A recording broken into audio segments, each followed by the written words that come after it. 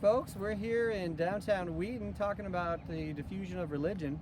And in a place like the United States, there's a lot of different examples of how architecture and religious architecture affects the landscape.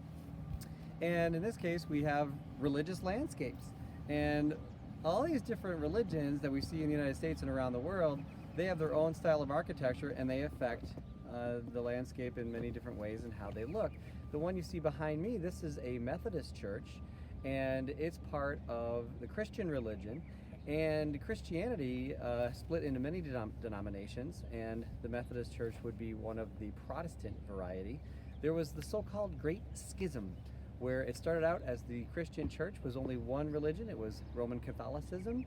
That split into two different types: Eastern Orthodox religion, centered in and around the eastern parts of Europe and Southern Europe, with Greece and Russia as part of the Eastern Orthodox religion, and then the Roman Catholic religion that we now just call Catholicism. And then Catholicism ended up splitting, and it split into the Catholic Church stayed the way it was, and then the Protestant denominations, they split off and had separate beliefs. They got rid of things like saints, and it's reflected in the architecture. So this Methodist church has a fairly simple look to it, and it doesn't borrow very heavily from any ancient styles.